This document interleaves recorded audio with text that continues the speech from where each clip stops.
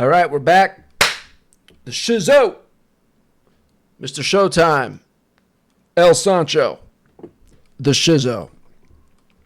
And we're back after the Knicks Game 7 loss to the Indiana Pacers at home, Madison Square Garden, where the wheels finally came off the championship bus. Look, at this point, there's nothing. I mean, what new things can I add here? Look, we broke down. If this was a healthy team, we would have beaten those Pacers easy. If we had OG, if Josh Hart didn't get hurt, if Mitchell Robinson was still around, oh my God, we would have won this series. We would have beaten the Celtics, and we would have beaten anybody who came out of the West. You can't tell me any different. This was our championship year, and it came out of nowhere. None of us thought that this was a championship team going into the year. None of us thought that. But somewhere along the way, probably in January, when we really started to see this team gel, and even Julius Randle was out there with us guys, and then Julius Randle got hurt. All these injuries, February, March, all these different adversities that we had to go through. We kept meeting them. And that's where we thought, hey, this could be a championship team. Because how many things happened to us throughout this year, and we answered. We answered the bell. Every time we overcame it, we figured it out, we toughed it out. And it just got to the point where you started thinking, wow, this looks like it could be a championship team.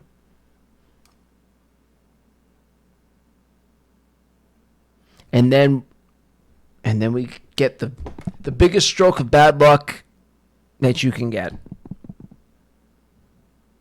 Just injury after injury after injury, and we kept sustaining, and we still overcame adversity, and we still overcame. We just kept doing it. We kept overcoming adversity every step, and you're like, holy cow. But then it just got to be too much. And I don't know. I think that's what makes it sting for me the most is, as a Knicks fan, this fan base, I mean, the amount of crap that we've had to deal with, the heartbreak that we've had to deal with, is unlike any other fan base at the moment, I feel like. It's right at the top.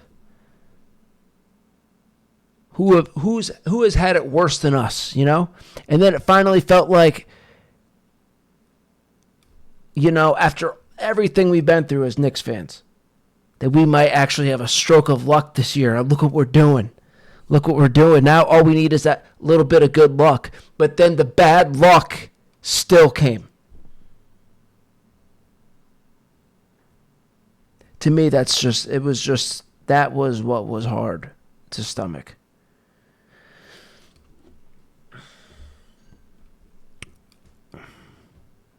I mean, at this point, even if we won Game 7, it wouldn't have mattered. We would have lost to the Celtics. We have nothing left. Even if we won that game, even if we pulled out that game somehow, the wheels came off the bus. But like I said, if we were healthy, Pacers, Celtics, whoever's coming out of the West, I think we would have won. If you had just given me Mitchell Robinson healthy and OG, even with that, I think we would have won the championship this year. And of course, Josh Hart not getting hurt, but at the very end, whatever. But so it's just like, how much bad luck can we get? That's just how much, and that's what it is. But look, it is what it is. We're in a great spot.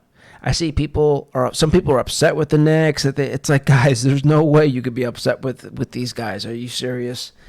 If you're feeling that way, please don't feel that way anymore. Settle down. You understand that these guys gave you everything they had. And sometimes this happens. And this is not Coach Tibbs' fault. Coach Tibbs has done nothing but great things for this team. And it's not because of the minutes. Sometimes these things happen. And unfortunately, they just keep happening to us, even in a year where we thought it could be magic. It happened again. But we're in a great spot. We're in a great spot. So now let's look forward. Let's look forward into the next year, 2025. What is 2025 going to have in store for the Knicks?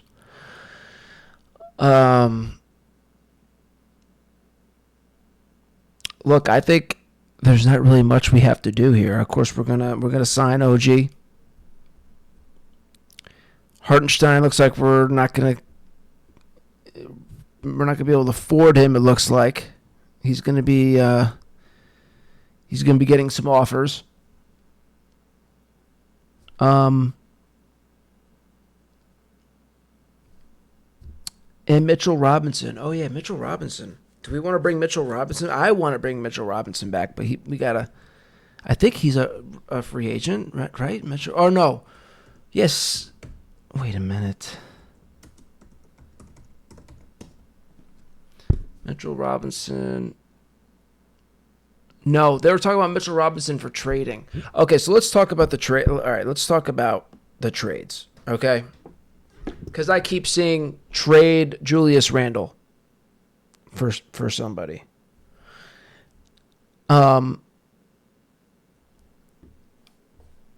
Look, I think I'm like most Knicks fans. My opinion on Randle is basically the same as most Knicks fans, or a lot, a good amount. I'm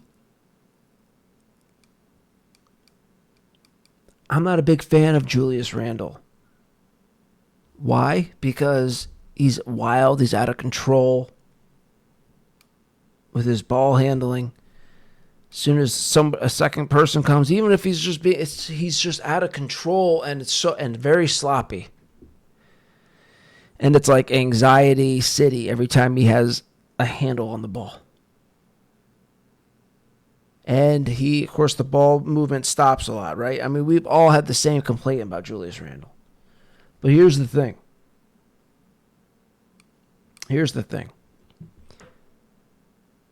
I want to keep Randle. Because what better option do we have out in free agency? We got a solid power forward here who can get points and rebound. And if you remember at the beginning of the year, in January, Randle, when the Knicks were hot, the Knicks, they went like 10-2 that month, January. That was the first time you saw this team like really finally figure it out and have like a flow, man. And Julius Randle was a big part of that. That team was rocking.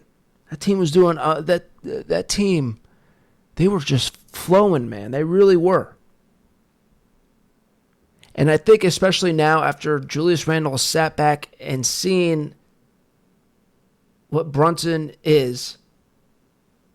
Now, I know it must be hard for him to admit because he was the guy. Look, I'm bringing up my thing here. Julius Randle was the guy. But now, this is the guy. Jalen Brunson.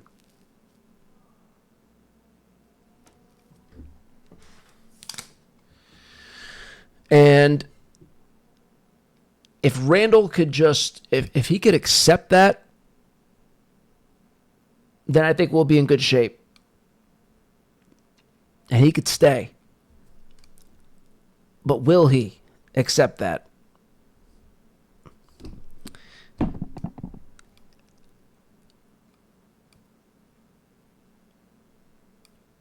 That's where it is.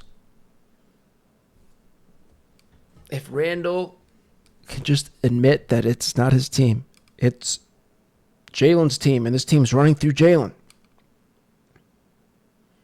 then I want Julius Randle more than anybody else.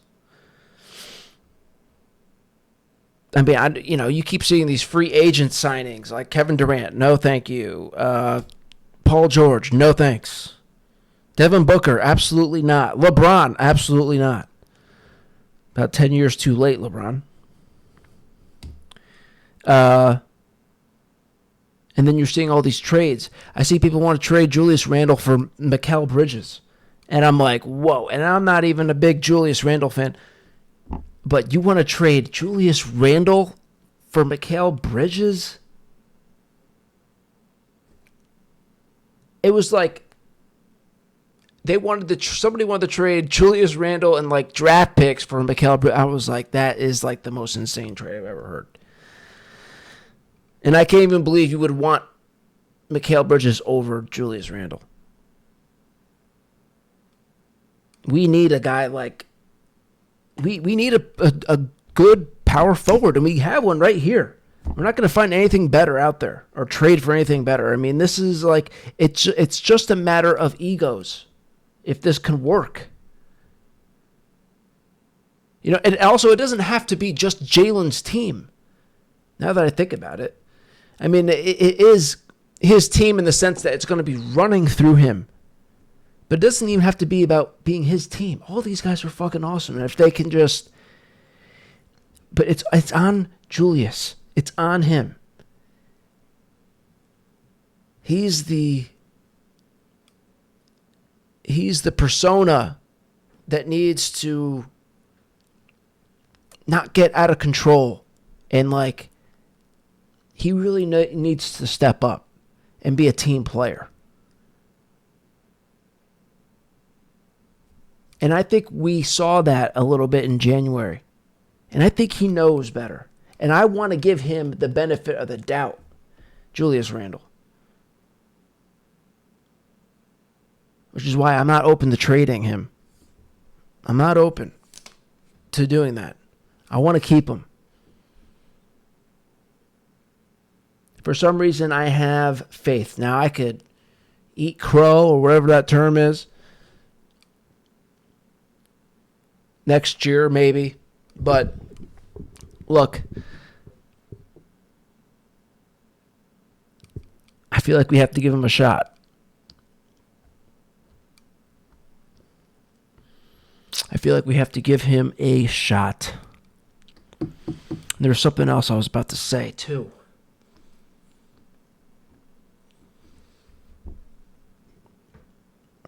Oh, it was good, too.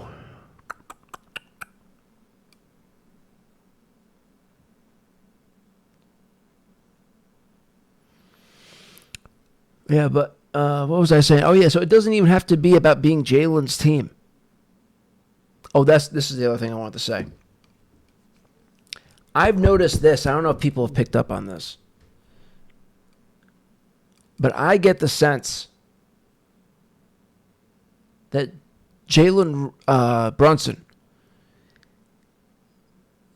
he doesn't necessarily think how a lot of us Knicks fans think in terms of Julius Randle, where we're like, he gets in the way, he holds the ball, he's wild, he's out of control. I'm sure he thinks some of these things, but like I don't think he looks at it as drastically as we do, where we're like, oh, we don't need him, we could trade him, blah blah blah blah. I've just noticed little things. There's a video of them hugging, after one of the big playoff wins. I think maybe against the Sixers, they dapped each other up. He was on the end of the bench after Jalen came out. They were hugged. Nobody makes, this was like a fan cam. Nobody makes like a big deal of it or anything, and. I saw, Randall on their show, Roommates. I don't pick up any animosity between these two. I don't pick up on any animosity between them. Or tension.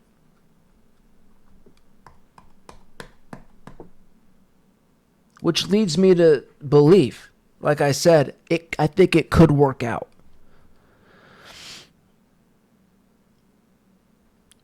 Julius Randle, he's older, he's more mature in the league. He's a, multi-year vet at this point. He's got a family, got a kid. Been doing this a long time, been grinding, playing through injuries, suffering injuries, having to, fight back. I think he sees it now. He has to.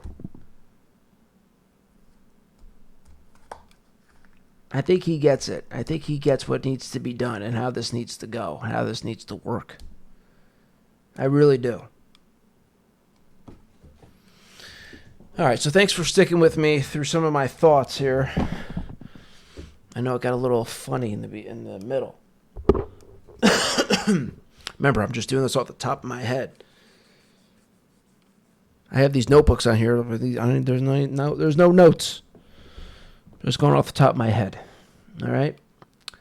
All right. So that's it for now. If there's any new Knicks talk coming up within the next few months, of course we'll talk about it. I'm definitely going to be part Knicks channel for sure with this.